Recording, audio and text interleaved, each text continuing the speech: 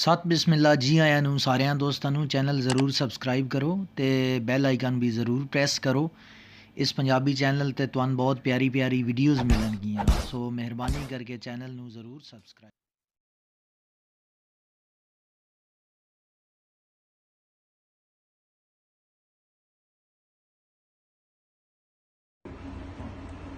भाई चंगे सज्जन ढुढेनिया हट गई जिंदगी उका अज ताई जोड़ ना बनया।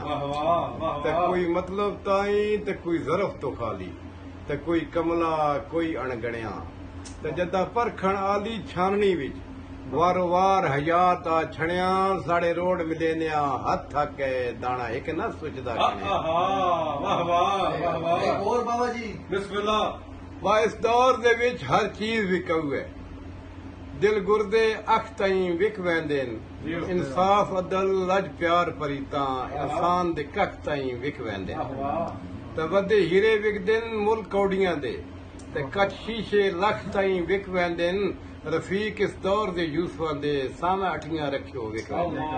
बाबा जी बा पूरी जिंदगी इंशाल्लाह सुख वेखे कदी दर्द न झलने पाउंदी।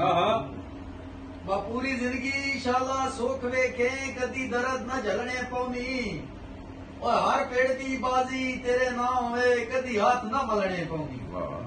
आदाब रानी यार हमेशा मोड़िया ना जदा वैरी दलने पाउंदी। इंशाल्लाह अपने देश दा राज करे ना देश बदलने पाउंदी।